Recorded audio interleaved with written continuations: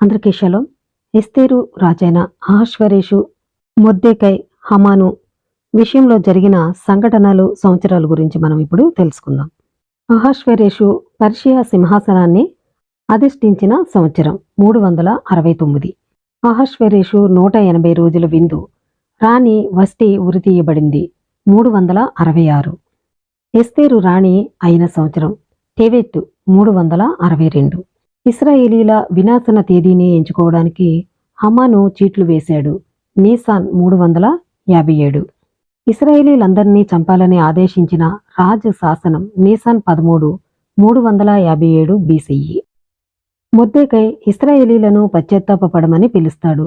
ఎస్తేరు 3 రోజుల ఉపవాసం ఉండాలని ఆదేశించి నీసాన్ 14, 15, 16, 357 BCE. ఎస్తేరు రాజునొద్దకు వెళుతుంది. ఎస్తేరు రాజు మరియు హమానులతో కలిసి మొదటి విందు నిర్వహిస్తుంది.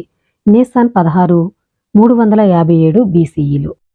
ఎస్తేరు రెండవ విందు హమాను పతనం మరియు ఉరితీయబడడం నీసాన్ 17, 357 BCEలో జరిగింది.